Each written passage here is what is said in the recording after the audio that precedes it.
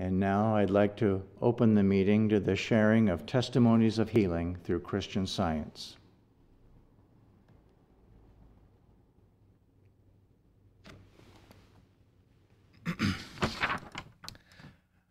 I am so grateful tonight for the recent roundtables and Bible studies. One point in particular that has started to help me is the thought that the body is a divine idea. This is pretty far from the perspective I had about my body. This past Sunday's roundtable, titled Perfection by Reflection, at 29 minutes and 30 seconds, it is brought out that from Science and Health that man is the true image of God. Then the question was asked, when you look in the mirror, what do you see? My honest answer was, ugh. Afterwards, for the whole rest of that Sunday and into Monday, I contemplated both that and the fact that the body is a divine idea.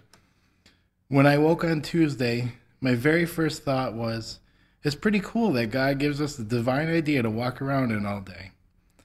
That's a very simplistic view of it, I'm sure, but just wedging that thought in there is a healing, because all my life I've hated my body and my face, and I really anything to do with myself. To know I am on the path of being rid of that is pretty extraordinary. All day yesterday, I held to the thought that the body is a divine idea, for myself and for everyone I saw. Because of this, it was a much different day, and I felt it was so much easier to be happy and compassionate. I'm incredibly grateful for this healing, for everything this church does, and for all the practitioner support. I didn't want to be the person I was, and now I am not. Thank you. Thank you.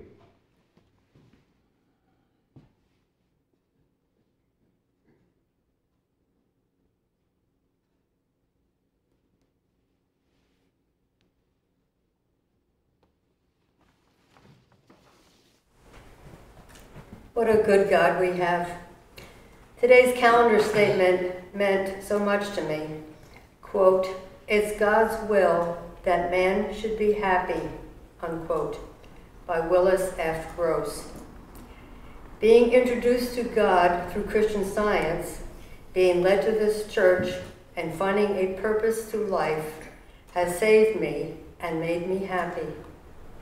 The lessons I have learned and will continue to learn to understand God and do His will is such a blessing. I'm so grateful to God and for all the practitioner help that I've had all this time. I'm so grateful to be here. And thank you for those wonderful readings. Thank you. Fairley from Maryland, go ahead.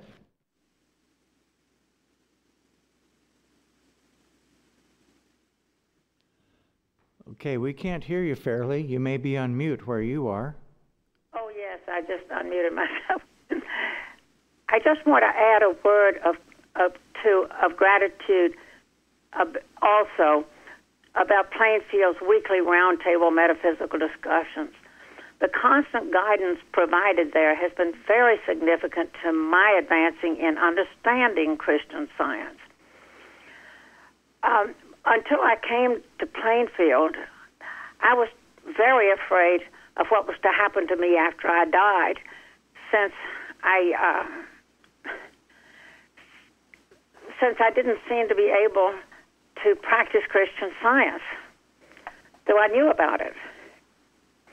Recently, one of the roundtables, we had a discussion there concerning death and the common fear of it, which had been my problem. Our practitioner pointed out an answer Mrs. Eddy gives in Miscellaneous Writings, page 42. After the change called death takes place, do we meet those gone before? Or does life continue in thought only as in a dream? Mrs. Eddy's answer is very reassuring. She explains that in death one has but passed through a moment of extreme mortal fear and retains his identity and will be able to connect with those we knew who had gone before.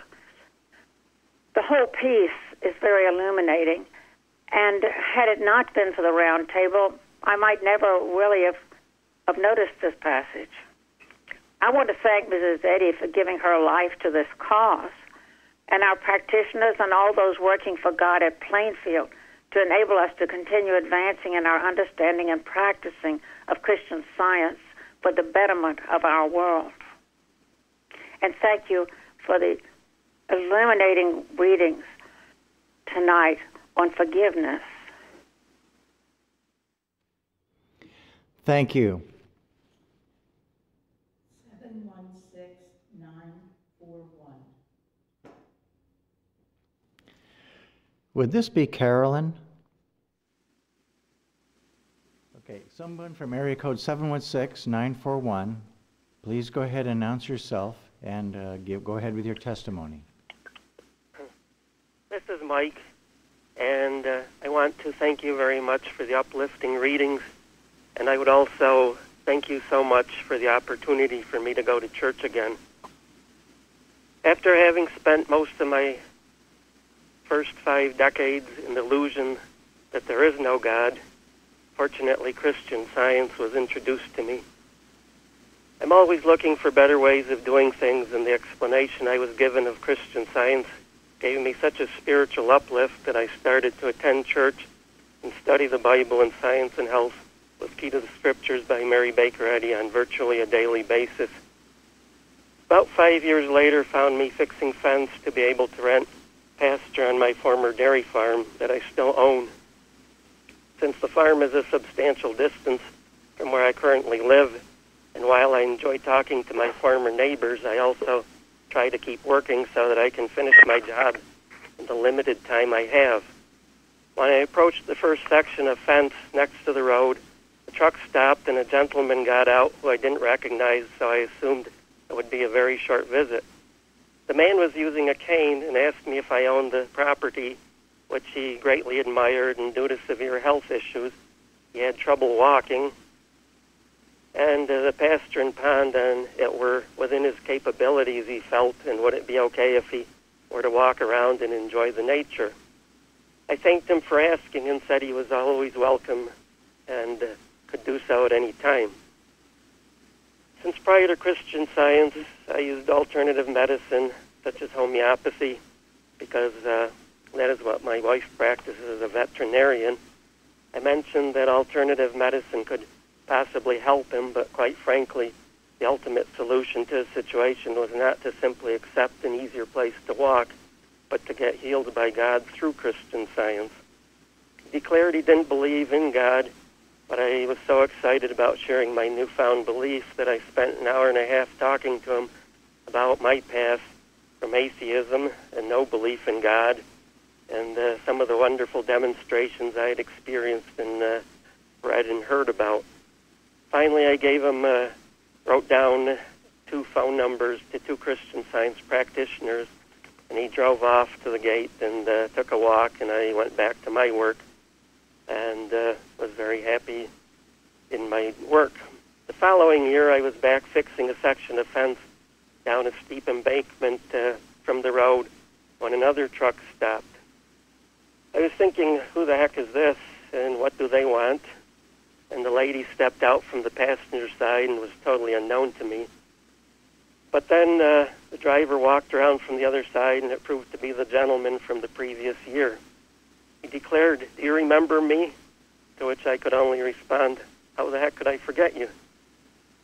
He said as he started down the steep embankment, "I've been looking for you ever since last year, because ever since that day I stopped and talked to you, I haven't had to use my cane."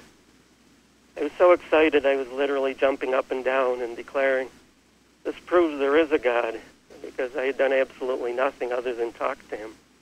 His response was he still didn't believe in God and wasn't 100% healed, but never had needed his cane again. I declared this was a great opportunity to call a practitioner and learn more about Christian Science, because this was proof he didn't have to accept having bad days as any part of his being. Kind of shrugged it off, and as he scurried up the steep bank, said, "See, I can do this sort of hiking again." As Jesus said, and Mary Baker Eddy reiterates, "I of my own self can do nothing." Because of this beautiful demonstration, I know this is true. I am so grateful for this gift from God, because it does help me through the difficult times, which have been many. And I can remember enough to think back about this wonderful demonstration. I am so grateful to Christ Jesus for showing us the way, and to Mary Baker Eddy for revealing these truths through Christian Science. Thank you. Linda from Pennsylvania, go ahead. Good evening. I'd like to express my gratitude for the watches that we have every week, and for those who faithfully put them together and write them. These watches are powerful tools. I'm so grateful for the activity. A few weeks ago, I needed to help during a family's unexpected situation that came up and required immediate attention. A Plainfield practitioner was called. This occurred on Thursday evening, so I was able to refer to the watch during this time. A couple of the lines that were helpful were, "Fear thou not, for I am with thee." Abide in the 91st Psalm and know that such abiding is treatment and protection. Do not give life to evil by attaching it to person or thing. Know that the kingdom of heaven is within you, and this is your armor. The watch helped me in many ways. It gave me a self-purpose as I included all mankind in my prayer. It centered my thoughts and purified my thinking. As I was thinking about this testimony, I had a light bulb moment because I'm often reminded by my practitioner to radiate healing thoughts rather than absorb the countless problems that I see during the day. This has been a challenge for me, but this experience brought home to me by the demonstration of what she really meant by this. In the middle of this situation, I also got a call from my son who had to pull over because his brakes failed. He was protected, and so were the drivers around him.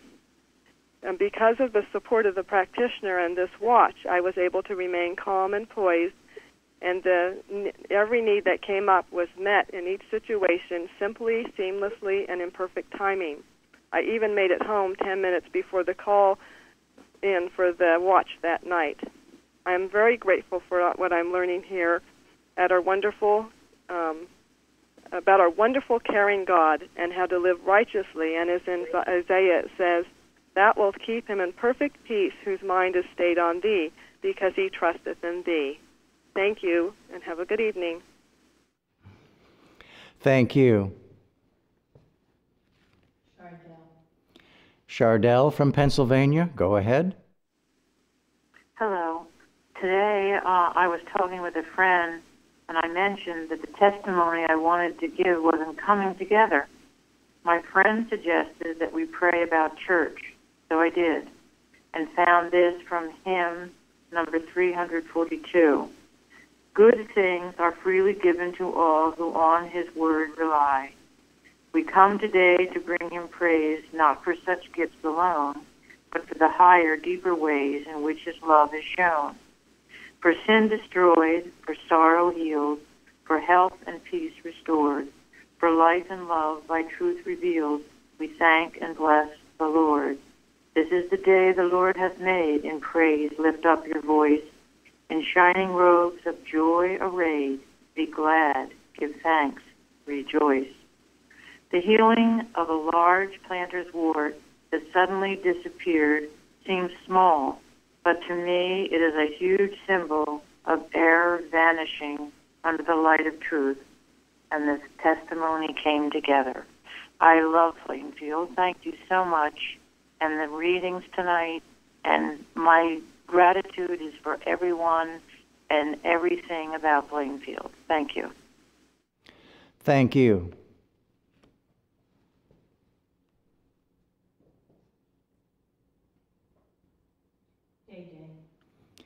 Day from Maryland, go ahead. I'm so thankful to be learning in this church.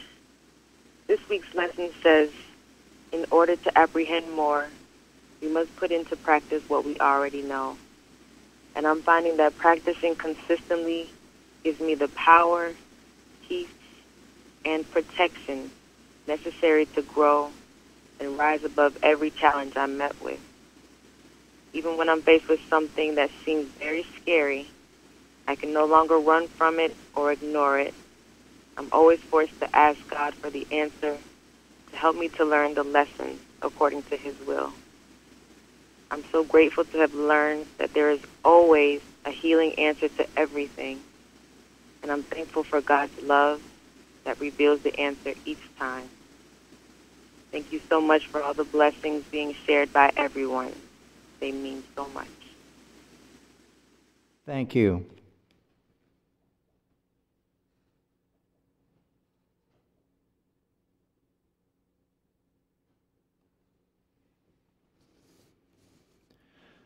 Well, my thanks tonight is for our unity watches that we have 3 times a week here, and for the large number of people that simply voluntarily call in and join with us because it's in their heart to do so, and they obviously feel how important this work is.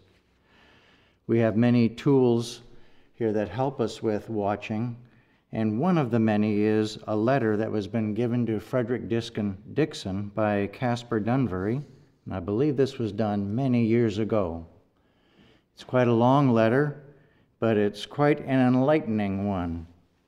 Well, this church has a dear friend in Argentina, Teresa.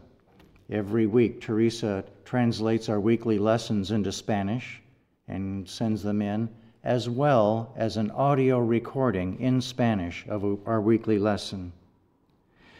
Well, this dear friend, Teresa, happened to have come across this letter. We call it the Dixon letter. And she translated it into Spanish for us. So we now have a Spanish translation of that letter. And when she sent it in, she also sent in this note where she said, "Please find a copy of the Dixon letter. Believe me, this letter woke me up a lot. And I understand more about this Eastern culture where everything is easy to get. You just recite a mantra. You get solutions or improvements, so they think. But I realize that everything in this is just false pretension of hypnotism to submit and to move away from the principle of the supreme government. And this supreme government is the government of divine mind, which speaks to each one of us through our conscience.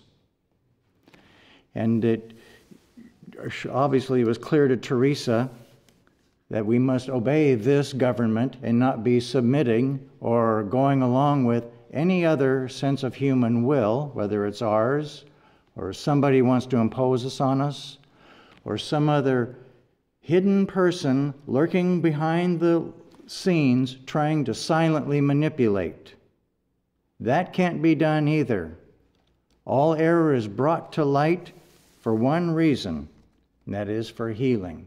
The error destroyed and the government by divine mind put in place where it always is, always has been. But we need to be awake to that fact, as well as awake to the suggestions that might say that they're not. Hence the need for watching. I'm very grateful for this activity, to learn about it. Jesus instructed us to do so. Mary Baker Eddy and her household did so with her workers. And here we are, following our leader so far as she follows Christ by continuing with this most needed work. I'm very grateful for it.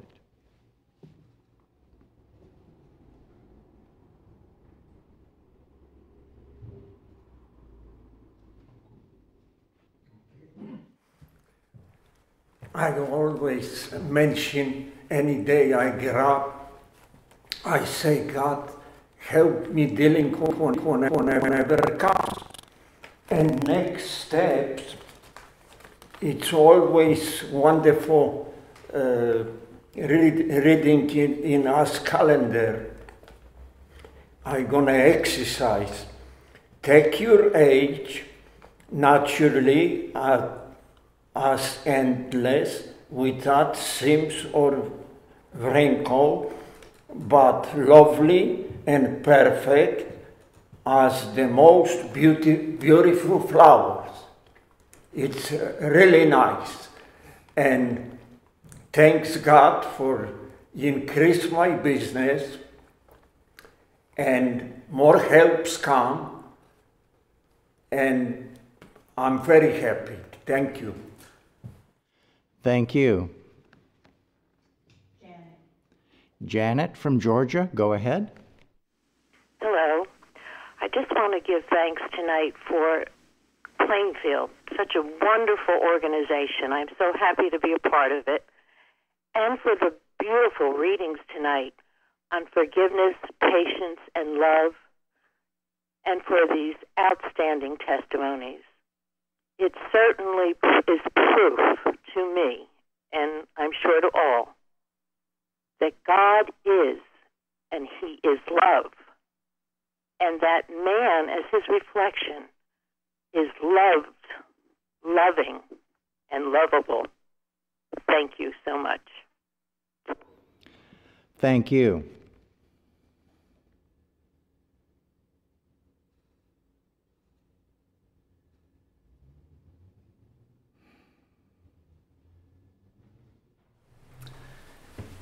There's a great misconception about Christian Scientists, and even among Christian Scientists, that we don't believe in doctors, or you can't go to doctors for help.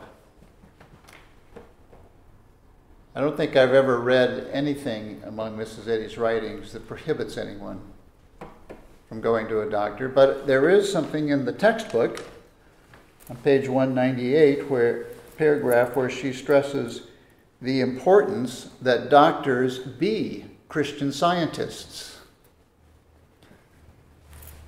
I know when I first read that, I thought it was kind of a contradiction. But that was the result of the misconception. Well, I had an experience a few years ago that shed light on this. After chewing on something hard, I had a sharp pain in one of my teeth. And after much prayer, the pain was still there. So I made an appointment to see my dentist. Now, this dentist is someone that was found many years earlier for our teacher who needed specialized dental work. And there was something a little unusual about this dentist, a very upbeat attitude. Some of you have heard this before, but it's worth repeating. An upbeat attitude, kind of a wry sense of humor, the kind of person that you go sit in the dental chair and the experience makes you happy. So I went to see him, and he looked at it and he said, well, this tooth is going to have to come out, I'm sorry to say. And then he thought for a second and he said, but you know, there might be some less drastic measure I could take. So if it's all right with you, I'd like to try that. So I said, well, of course it's all right with me. And let's schedule an appointment. So we scheduled an appointment for me to come back, and as I was leaving, he said, also I recommend that you try prayer. It works. Well, I'd never heard this from a dentist or from a doctor, and I was a little shocked. So I gathered the courage to respond that I do, in fact, pray quite often, and in fact, I'm a practicing Christian Scientist. And he snapped right back and said, so is my mother. I believe in that stuff. So I thanked him and went on. When I came back a few days later, he tried the less drastic step, and it worked perfectly. The tooth stayed in my mouth, the pain was gone, and the tooth is in my mouth still today.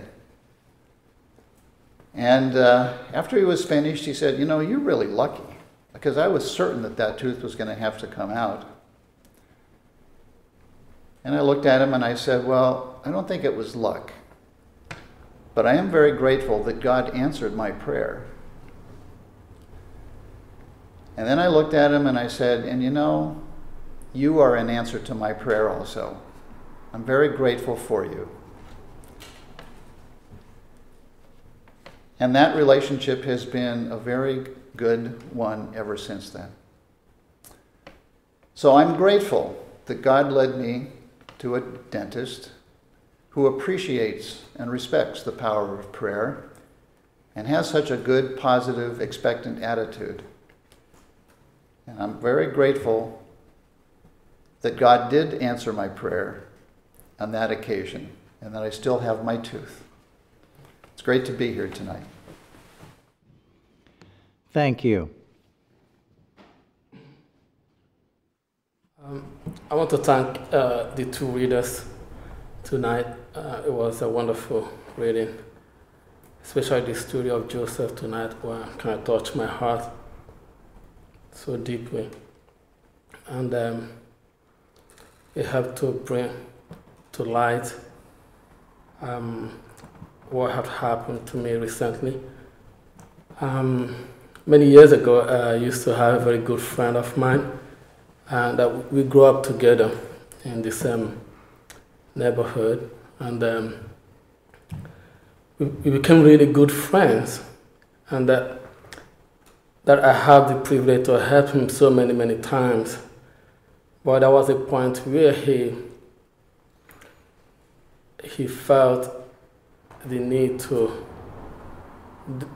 do wrong to me at a point that really hurt me, and but to him, he thought it hurt our friendship. But for me, nothing really changed our friendship. He lives in the UK, and but I still love him and have him in my heart as a very dear friend. Nothing really changed. But for him, he never forgave himself for what he did. But recently, as we were talking on the phone, he brought up that he always wanted to tell me something, but he don't know how he would ask me. And he asked me about what happened a few years ago, that he was so surprised how I never brought it up and I never showed any kind of a negative thought towards him about it. And I told him that I was surprised that he brought up, because I have forgotten about what he's talking about, and that when he did what he did, that I forgave him for doing it, and he didn't really change it. And he was like, he never seen anything like that before. I mean, that somebody else would have taken that so serious and probably would have punished him for it. But I told him, but that's not me. And I told him, and I spoke to him, that he should forget about the past and let's talk about now and the future. That's what is important to me. That if what happened in the past meant anything to me, that I wouldn't actually be talking to him all these years. And he was so pleased that he got off his chest, because he's been wondering about it and why I didn't actually take it so serious. But it was a very simple experience, but it's a manifestation of what we are, who God made us to be. Not because we are Christians or something, but it's the reality of who we are as God's children. And we should love people the way God loves. God don't take offense. He doesn't discriminate. He forgives us so much. And I explained to him that I forgive him, and that he will promise me that he will never bring this up again, because it doesn't help anybody to bring back the past. And I'm so much grateful for this experience, being able to have the opportunity to speak to him in a very, very lovely way that makes sense and also bring healing to his heart. And it wouldn't have been easy, if not what I'm learning in this church, to be able to forgive and not hold anything against anybody, no matter how deep or how bad the experience was.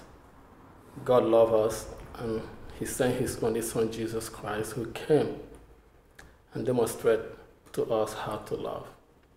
Thank you. Thank you.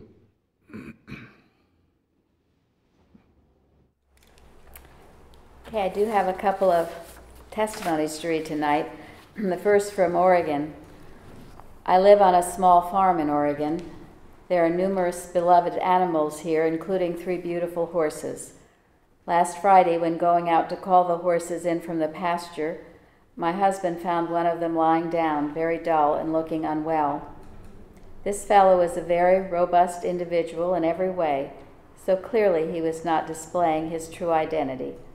My husband got the horse to stand and walk into the barn, but it was having a difficult time. And I'll just state at this time that we have been through many challenges with this horse. With him, we have met several so-called life-threatening illnesses through the application of what we know of Christian Science. Those non-Christian scientists who know of this supposed history think he is a walking miracle. The instance of Friday night appeared to be another challenging life scenario. When horse owners who are not Christian Scientists see the symptoms of this disorder, they are extremely fearful and consider it to be an emergency. We have learned to stand quietly on the truth, principle, the love of God in the face of this claim. Though we had planned to go out and eat, we stayed home to stand with our friend for the freedom that is reflected by all of God's children. We were each praying in our own way. What came to me is, quote, "Forever, O Lord, thy word is settled in the heavens." Within an hour, the horse was up and eating his evening grain, and that was the end of it. Let me also relate that earlier in the day, my dear friend, who is extremely medically oriented and fearful of many things, blurted out, "Is Boo all right?" She had had a bad dream about him and was quite worried. At the time, I immediately refuted this malpractice, which I knew she did not mean to do.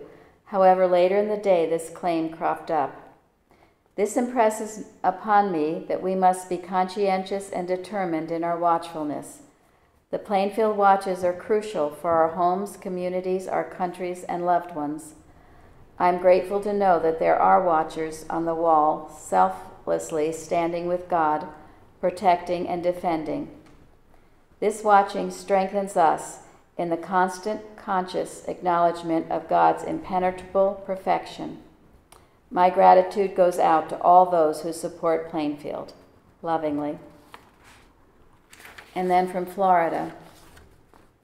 I've always had a close relationship with God. However, this time it was different. Something in me had changed. My desire for various amusements had become less interesting to me, and a deep desire to consecrate my time with God became my focus. It was sort of like looking forward to having an English tea with God.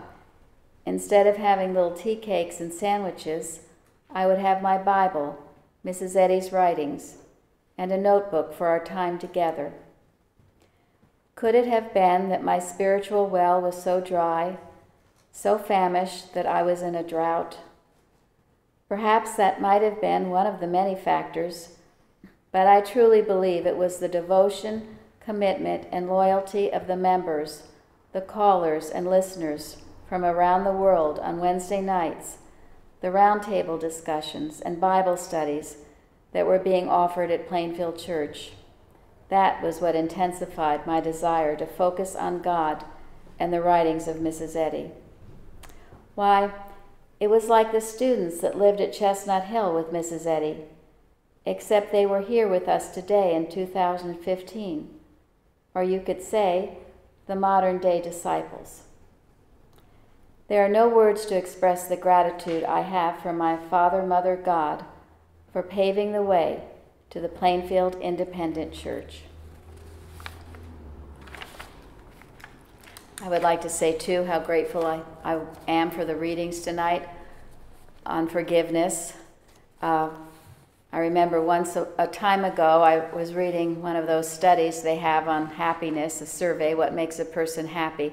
But this what impressed me in a way, because it said the one defining feature of a person who is happy is their ability to forgive. not to hold a grudge, but to forgive. And if you think about it, how true that is.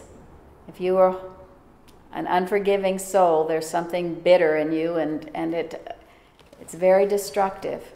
But if you can forgive, no matter what has been done to you, if you can forgive and forget and know that it wasn't the truth about man, and that you can go on from there and know that your Father, Mother, God loves you and He takes care of every situation, then you can have that deep joy within you. And you see it on the faces of everyone here. You certainly see it on the face of Benjamin, so I know for sure he forgave his friend. I'm so grateful for this. I'm so grateful that we have this joy that is from God, and that we all have an ability to forgive our trespasses, forgive our debtors as we have been forgiven. So grateful to be here tonight. Thank you.